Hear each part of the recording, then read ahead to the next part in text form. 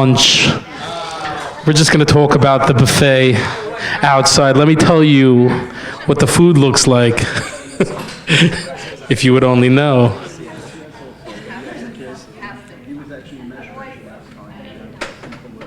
Okay. No, I'm not in a rush. I'll wait till people come in. Not in such a rush. What's that? The ended at 11. What did I do with my schedule? Huh? Great. Okay, I got my schedule. Oh, I know what happened. I gave my daughter the key to the house, to the room, so I probably dropped the schedule.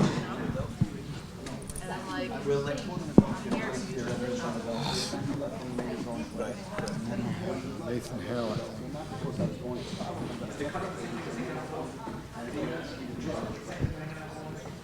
Oh, the next one's at 2:45, so it's fine. It's going to be a little bit late. Welcome. Have a seat. Let's do modules, not times. Yeah, that's right. Just so far from it, we don't even know what's missing before us.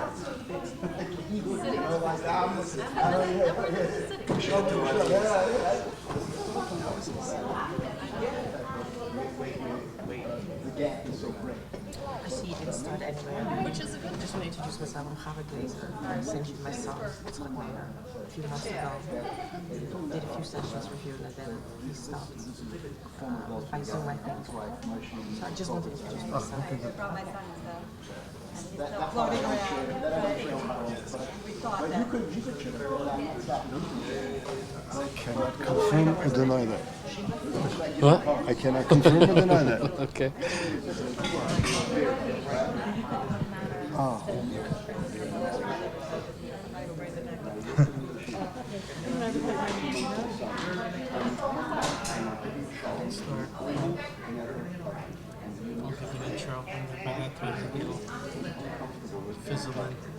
I never said it. Never said it. I'm the bad. So to me, either way, I'm winning. If people show up, okay. If they don't, Last time I had one session, it was like Shabbos. You know,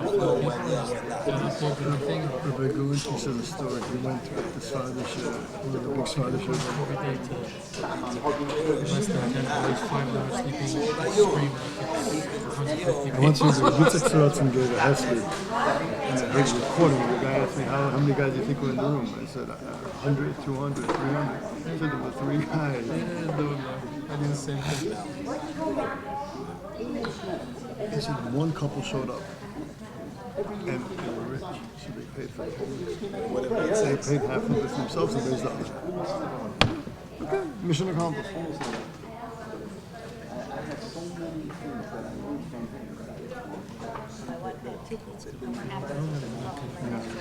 Okay, I think we are going to begin, whether everyone likes it or not, since this is what it's all about anyways. So the subject on the card that Rabbi Ben Shushan doesn't have, we're going to take a closer look at it. Apparently, these right here that you're looking up at the desk on top over here, these are the pros. That's what it says. And I think as you've been learning over this Shabbos, and as you will begin to learn, like I mentioned to a set of parents that I had met Thursday night, I said, okay, we're meeting now, but I want to have another session, Motzei Shabbos. Things can drastically change over this short amount of time, and you'll find out who the real pros really are. It's not us that are sitting up here. It's a humbling experience to be sitting in this chair, and I speak for myself, and I can imagine what Rabbi Ben Nun has to say about that as well. And a shout out to Donnie, because that's what we have to do. Hi, Donnie. So it's really a privilege, and it's a very ambiguous topic. It's a very open-ended topic. There's no specific conversation that needs to be had, so to say, but everyone has something on their minds. They somehow think that us professionals, there's either we have all the answers, we know all the solutions, what's been our communication with parents, what have people said, and I'll give just a brief introduction to myself, who I am, what I do, and then we'll go from there. And I myself have a private practice. I work in Muncie, very small, nice village somewhere in upper state New York, if you've never heard of it. Down the Garden State Parkway to exit 172 for Lakewooders. And it's a private practice that engulfs probably every element of my journey. I develop along with my clients. It's a fellow traveling journey. And very often I'm extremely involved beyond the scope of just the 60-minute session. That's what it is for me most of the time. And I also have the privilege to be a mechanech, whatever that means on that level, but I get to teach every single morning. I give a character development shmooze, which goes out to numerous amount of people, and then I give a Gemara shir, and I sit with the most special people in my life right now, after my wife and children, and my talmidim, my clients, and this is what allows me to be here. So if that's the definition of a pro, it's you, the people that are here, that make me into that. Ein melech b'lo yam. That's, who I am and what I do. So I'm just going to leave that as an introduction, and then I'm going to ask Rabbi Chaim to also introduce himself, and then we'll move on from there, and we'll try to sift through and figure out the subject that we should talk about, since it's so ambiguous, and we'll get going. Do you want to grab that? So I'm the actual pro, but no. Everything that comes to a psychologist, therapist's mind is based on experience, and somebody with a degree doesn't make him more open to that experience. So it's really, I find that for the most part, the parents usually do have the answers. They're just something blocking, be it an ego, be it a neighbor, be it their parents, and but the answers are usually within. And a good professional be just removing a lot of the external blockers and biases that cloud our judgment. And then the parents know their situation, their history, and their family's best. And that's what the parents have taught me, in a nutshell, is the undying devotion they have for the children, and the knowledge and intuition that they have that just needs to be unlocked, and allow them to trust and bounce that off somebody else. And that's where the healing begins. Just very quickly, what this Shabbos is about is the kesher, and that's, the parents can give that more than anybody. And a lot of times, I will tell parents that why, your kid doesn't want to go to therapy, but there's no rule in nature that a therapist is going to cure your child. There's certain aspects and certain interactions and certain ways of being with a person that are curative and promote growth. And parents can do that for a lot longer than the 1 hour a week that a therapist may be able to do that. So that's where the admiration and the power of parents comes in. They're going to be ultimately the ones. The difference between success and failure is usually in how the parents relate to the problem, not necessarily what the therapist does in their time. Just very, very briefly as opening remarks, there's two mistakes we make as parents, halavai, but the two that I see is that we forgot what it's like to be 15, 16, 17, 18, or 30, whatever you're dealing with. And the other one is that we remember precisely what it's like to be 15, 16, 17, or 18 in 1970, 1980, 1990, and for the ladies in 2010. And therefore, we we think that we did it or we faced such a struggle, but it's not. The world is not what it was in 2000 and not 2010. Credible authorities state that a business cycle that would take 50 years can transpire in the ether in about 3 seconds. And when I said that very proudly to one of my colleagues who works in technology, he said it's not even 3 seconds anymore. So the world is evolving in a very rapid pace, and that could be a good thing, but it also could be a very horrible thing. And we just have to understand that we don't understand our children, and if we can make them our teachers, we're better off for that. And Okay, I'll take it from there, since speaking about attention spans, and right now I think there's a Snapple fact out there that the attention span of a human being is less than that of a goldfish, which is 9 seconds. So if we don't keep it exciting, then we might all dissipate. So, and yeah, that is very telling. Like Reb Chaim is saying over here, how the generation evolves, the element of stimulus and constantly being stimulated, and to not stop for a second, to have a presence and peace of mind, to be able to sit for a moment. It's one of the benefits of being a therapist, is that, at least for myself, I get 35 hours a week of just sitting, listening, organically being a human being without having, I mean, there is a phone buzzing, I shouldn't say it, it's not true, it is there, but to be able to sit there with someone and give them that time and that space. For so many of them, that's such a undeserving, non-existent, non-human feeling. So many people come to a session, it's like, so what did we do today? It's like the common question that you'll get from many of our clients. And what happens in therapy? What are you doing? What's the point?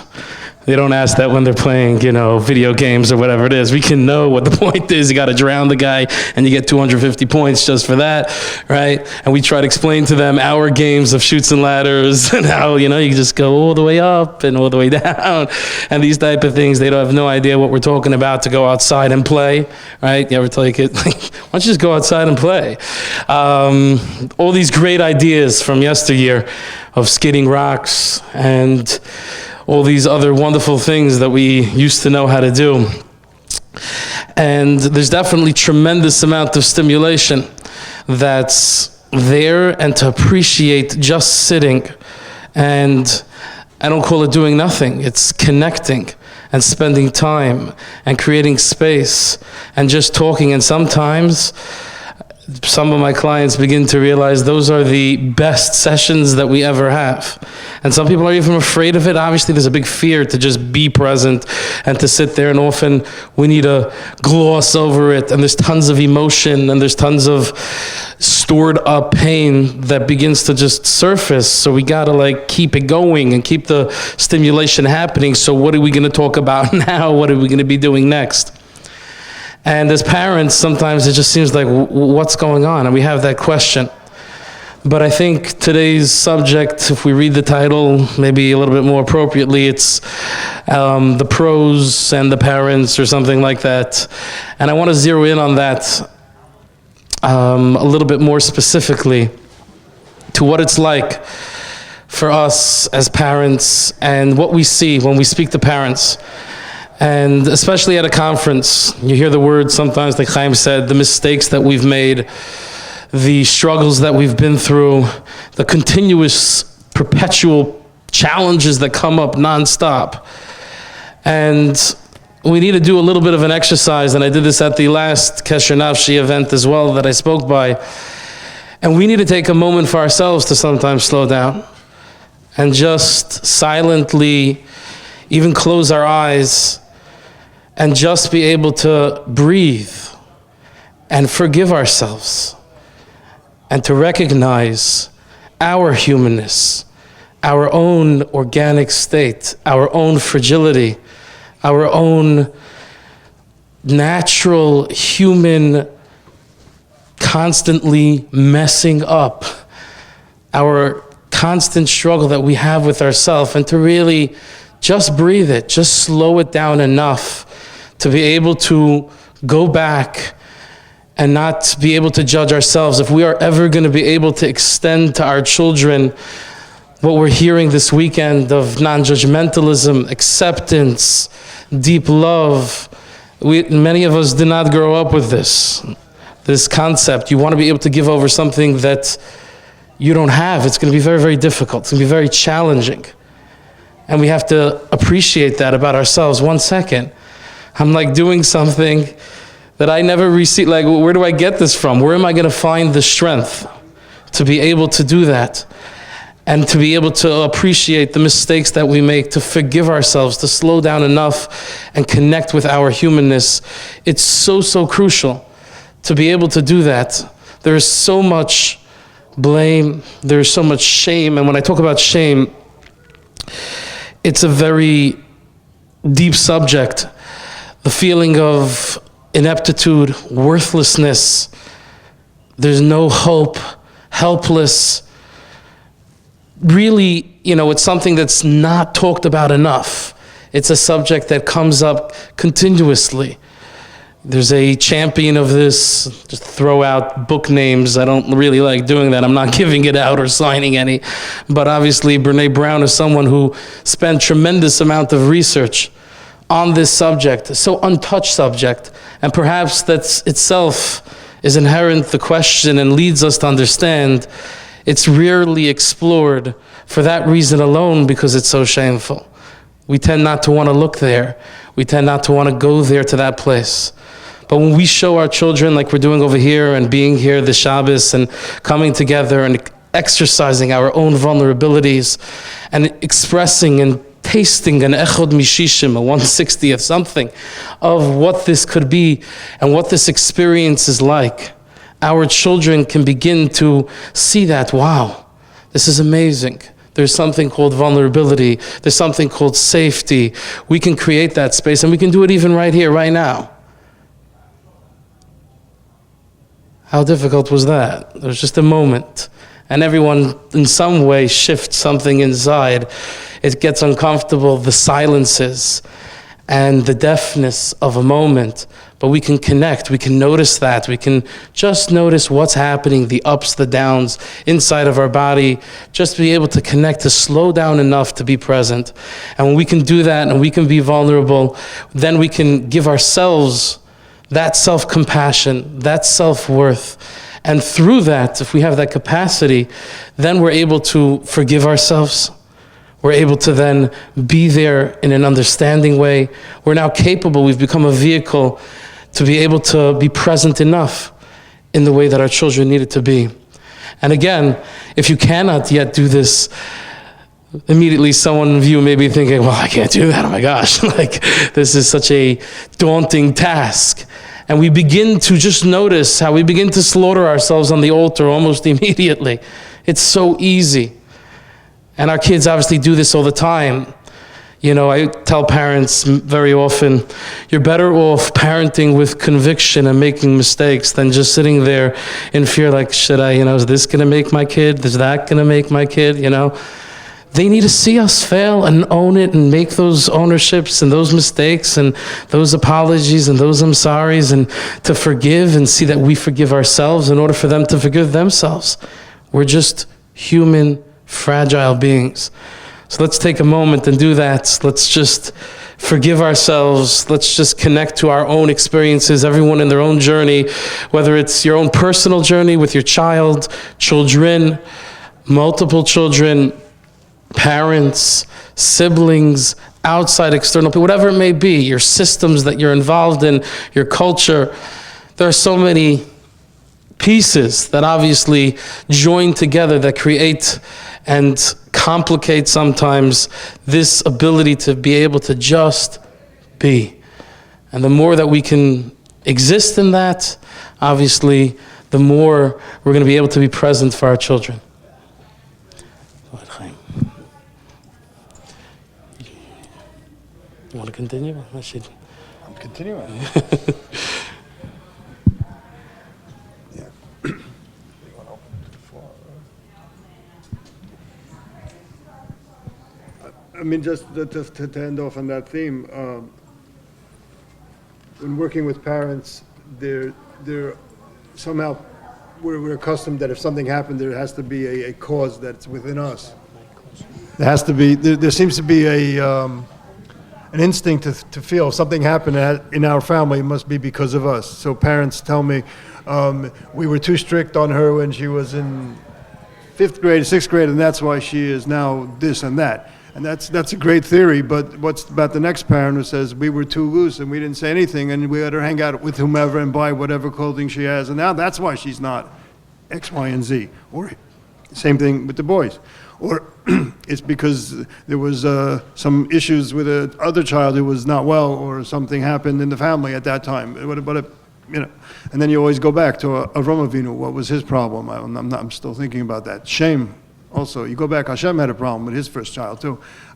It's just always been that way. David HaMelech had a couple, and it's not about, Tanakh is full of it, and it's not about, understanding necessarily what it is, but it's understanding that we don't understand necessarily what it is, and it's usually many factors. There's maybe a big bang that we can say this is it and this is what happened, but you're going to find somebody with this exact same story who it didn't happen, because we don't know the exact story, and there's multiple layers, and it's usually, unless there's an extenuating circumstance, not the parents that did it. The parents can fix it, but the parents didn't break it. And blaming oneself is not helpful, because the child is probably blaming themselves for a lot of things, and blame plus blame is more blame, and shame is more shame, and hurt is more hurt. So if we take care of ourselves and we release some of that pain, some of the shame, some of that disturbance in the home from ourselves, we're creating automatically a healthier environment for our children to recover, and the others to grow in it. And again, if our whole view of ourselves is based on a situation that was probably beyond our control, what is that going to do to the rest of the children who may or may not be facing a challenge? They don't have parents, because their parents are defining themselves by a perceived failure that's really not there. Just a thought from this week's parsha that can help. The Beis HaLevi and Maral before him ask, why did we need so many makas to get out of Mitzrayim? After 5, Parai was ready to let us go, and the Maral says, then what do you need Yitzias Mitzrayim for, which was even greater than Mitzrayim? And what do you need the Kriyas Yamsuf for? All the Nisim there, we were already free. What was the point? And he says something very insightful. The Beis HaLevi says 2 points. He says that the reason why this happened wasn't for the Mitzrayim to punish them, it was for us to feel special.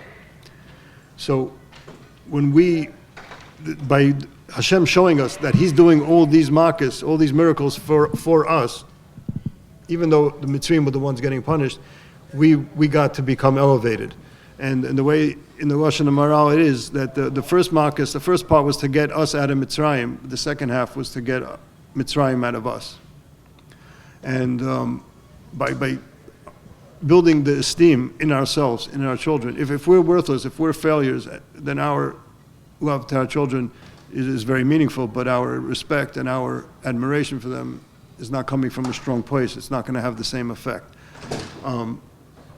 Likewise, the Beis HaLevi says that Hashem didn't take away Bechira from Pari, He just gave him the ability to make a proper choice. And that, I think, is where the mistake is. We're not going to fix our children. They're going to fix themselves. Our job is to help them have the strength, or help them have the opportunity to recognize when there are choices that they can make.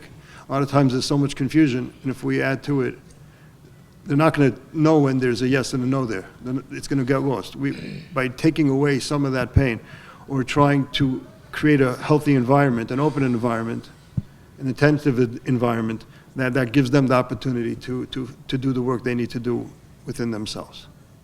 And again, showing an interest, and showing that we're willing to struggle, like Rabbi Mendlowitz was saying, is that the struggle is part of the cure. If you're not struggling, you think it's going to be automatic, and you're going to hide it. A lot of times, I don't want my child to know that I had difficulties growing up. I don't want to know that I suffered with this problem as a child, or that I encountered this, or I'm not doing well in one area. And again, of course, personal things are not meant to be shared, and they're probably does more damage. But if a parent struggles, if there's something going on, you could share that with the child in a sense that this is what I'm going through. Or even if it's the child themselves, the fact that you're doing X, Y, and Z is making me very uncomfortable, and not in a judgmental way, but in a matter-of-fact way. I'm trying to get through it. I'm trying to understand you better, but X, Y, and Z are getting in the way.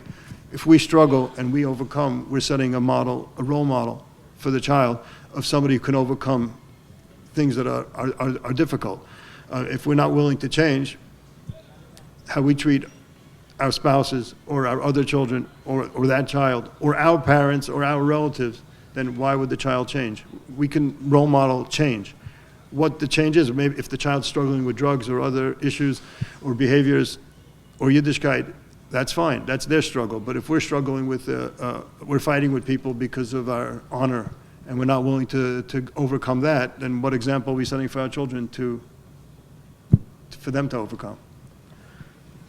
I guess, I'm going to add to this subject something that is a theme throughout this Shabbos and many other Shabbosim, and words that you always hear, the concept of unconditional love. It brings brain freeze to many people. Let's just call it the way it is. What does it mean? And parents will ask that question so many times. What is this stuff? Who's smoking, me or you? And it's a common question, really common. And perhaps we can change it around a little bit. One of the things that I think is very clear and that you keep on hearing, that's an intrinsic, innate existence to love your children. It's the way it was. It's not necessarily the other way. That's not natural that your children will love you. And most parents that we are aware of love their children. The question sometimes becomes, do you like your children? That's where sometimes it's a little bit more difficult. We love them. We'll go crazy, we'll do anything. You hear your child's going somewhere, you'll run across the street, you'll chop your head off, you'll do almost anything. Jump into that. I had this thought recently, because that car was submerged in Niagara Falls. Like, what if my kid went over? I'd probably jump in. I mean, I'm going down, we're all going down, we're doing this together. Do I like my child? And I know that Rabbi Shais Taub has been starting a new mantra and program that we're going to start hearing about, and maybe Kesher Nafshi's slogan, start switching. We're going to start hearing about unconditional pride. And it's a different concept, but perhaps a slightly with more accuracy, because we all have unconditional love. It's never dependent on anything. Like we said, we'll go down anywhere and we'll do anything. But do we like our children? When we see them walk in the way they do we glow? Do we see that, that infant child? That's what's so beautiful. I just had a baby 2 weeks ago, thank you very much. Thank my wife very much, okay? And when you look at a baby, and, most people don't, whatever that saying goes, throw the baby out with the bathwater. What no one does. We don't do either of them. You look at a baby, and it's adorable. And we all once held this child as a baby. Think about your child. We all once nursed that child, some of us. You should have been feeding the baby, okay? But we all created this loving bond, adorable. We got all the clothes from wherever, right? Constantly cooing with it. Baby cries, we get excited almost. Like, okay, it's 3 o'clock in the morning, so what? It's awesome. And we go through that. And the baby does very little for us at that time. He's not going to school bringing home hundreds on his tests. He's not being the best at sports. He's not steiging in front of a Gemara. Nothing. His mere existence makes us go bonkers, literally. I have the privilege to be married to an Australian, which takes me all around the world many different times. So if you go to like Hong Kong airport and they don't see kids over there, right? If you want kids there, you can like invest in like a whole, it's a different, they do things differently. So you have these guys that are dressed up as soldiers. They look pretty scary by the passport control, where you might think it's all over. Like going into Hong Kong, forget about it. You're never getting out. But these people turn goo-goo gaga. They go crazy. This whole soldier, paratrooper uniform, whatever success is that all their badges turn into nothing. They see a baby, they explode. Oh my gosh, they drop their guns. You're like, get off, and you're coming with like 5 or 6 kids plowing through. They've never seen anything like that in their life. Like 1, okay, what is this? And everyone stops, the whole airport, and they go nuts. And we have that. We go crazy when that infant is there, and we've all held this very child. And then in a few short years, terrible twos, right? And they start to develop. And so do our expectations and other things. And we forget that where it all began sometimes, that purity, that excitement, that adorableness, that glow. They could do nothing wrong at that point. Even though, again, it's no expectations, no nothing. We just glow over it. But really, so often, nothing has really changed. Besides the size of their body, sometimes the size of their brain, not always. Let's be honest, right? And many other things. They develop just in size. And they have mouths. And they begin to talk. And they start to talk back. And there's, by the way, one of these processes in the stages of development where a child recognizes around the age of 2, machlokes haposkim of big psychologists, the Ericksons, the Freudians, whatever it is. But at that point, he begins to recognize there's someone besides me here. But a baby really is the most selfish existence in the world. All it cares, and yet we go bizarre over them. And that part, we can't forget about it. That part usually remains and is still there. They're just getting older. They look a little bit more sophisticated. They change the color of their shirts, or they wear no shirt, whatever they do. And we need to be able to zero back in on and zoom into this. What's this whirlwind that we see in front of us, this specimen that just walked through the door? And we're like, what's this? Do I have anything to do with this? This didn't come out of me. I have no way, not a chance.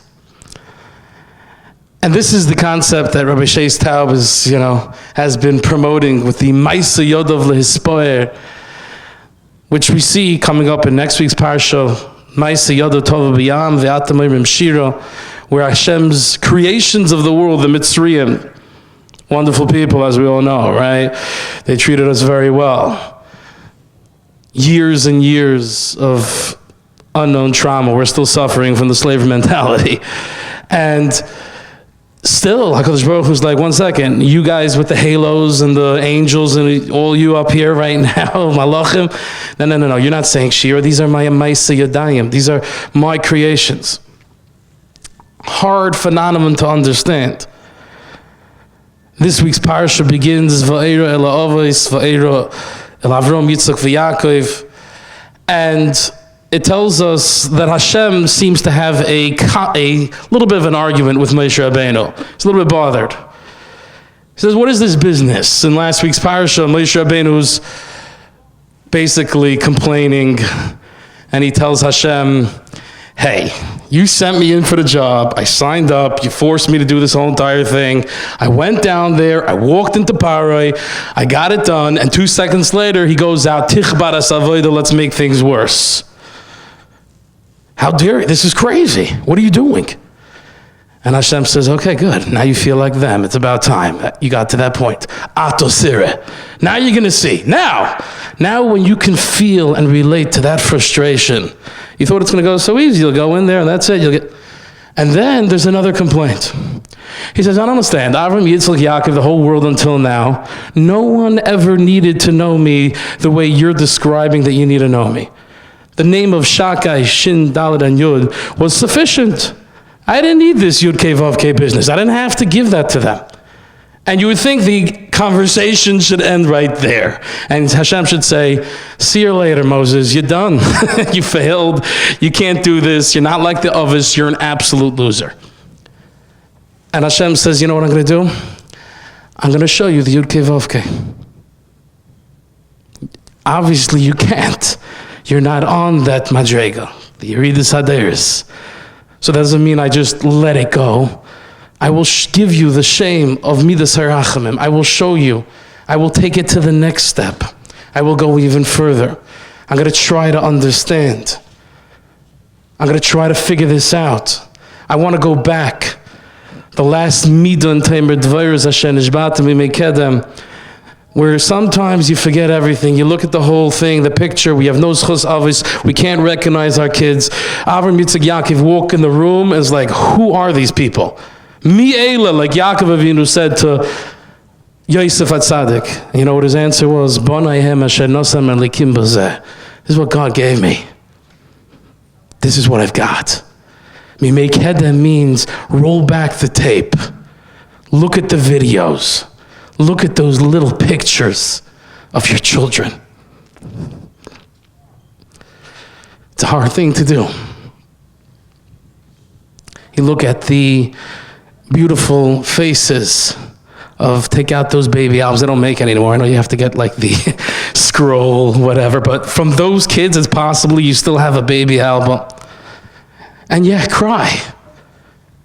Do that. Do that favor for yourself. Connect to your child. See who he is. Not who he was, but who he is. That's what HaKadosh Baruch Hu does with Klal Yisrael. He looks at us and he says, okay, I don't recognize you guys anymore. We've got 15 million Yidden now alive on this planet. Most of them do not look like the way we do. Failed system, doesn't work. Doesn't crumble the world. He rolls back the tape and he takes out the old videos and he takes out the pictures. Remember those days when we were sitting there at Har Sinai? Remember those days? And remind yourself and bring yourself to that place of who your children are. That infant, that little baby who's adorable is still there so that you can say, Maisa Yodov Le'Hispoyer. I think time is a little low. I would love to go on until Shabbos. What we'll do is, since there's, like we said, it's quite ambiguous, we'll try to do a Q&A, open question, any subject. I personally don't care. I'm saying any subject. I think should be fine. There we go. 5 minutes. Perfect. So go ahead, either side, hands up, and we'll take your questions, and we'll do our best to be able to Solve your problems. solve everything right now, right here. And then afterwards, I'll show you my album of my baby fiction. Go ahead.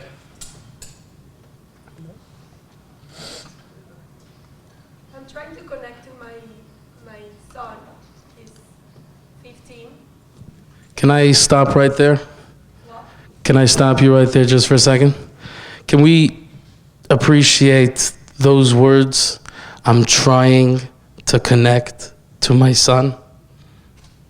Not much more needs to be said. There may be more struggle afterwards. There may be, we're going to get to the end of the question. Don't worry, I'm not trying to get off the stage. But there's something so beautiful about that. We're all here. That's what we're doing. We're trying to figure it out. We want to connect. And let me tell you a secret. So do they. Go ahead. I don't think they want to. I have a daughter, 17. Well, they're struggling. And me and my husband will try, but they reject us. They're not interested. I don't know how to. Go ahead, Chaim. I'm going to give this, I'm passing it to the pro, so announced pro. The question is how to connect to children who do not want to connect. Okay. What do they like? Well, they like things that we don't do. So do them. Or, I mean, again, if you give example, but usually it's finding a common ground, finding something they're excited about. Again, there's different stages. It could be about sports, so it's not that hard to get into sports. Yes, it's violent and sweaty, but it's fine. If that's what's going to take to connect to your kids, then get into sports. If they like a certain singer, and especially if you're on the Ezras Noshim, you could probably listen to anything they listen to. Ask your rabbi first, or ask them what they see in that singer. Like parents told me, this guy listens to rap. Oh, very terrible. I said, what is the guy singing about? I don't know. Well, ask your kid. What do you see in this fellow? If it's sports, ask them to explain to you the game. But if you're not going to be willing to, and again, it's difficult depending what it is. I mean, if they're into heroin, don't take it with them. But other than that, you can find something that you can connect. No, don't try it. But I think there's, adding to that, the element of curiosity. We want to constantly remain curious. What's going on in your world? What interests you? You might not even know yet, right? But curiosity is so important. We don't need to feel threatened that they have different interests, because trust me, they do, and we have very different interests, and that's okay. But we need to remain very curious. And a lot of times our language, our basic communication, and you'll find that they're trying to push it away, but remain curious, and that'll form connection through the curiosity. the boss is here. We hit our 5 minutes. Appreciate the time. Have a wonderful Shabbos, everybody. Thank you, Chaim.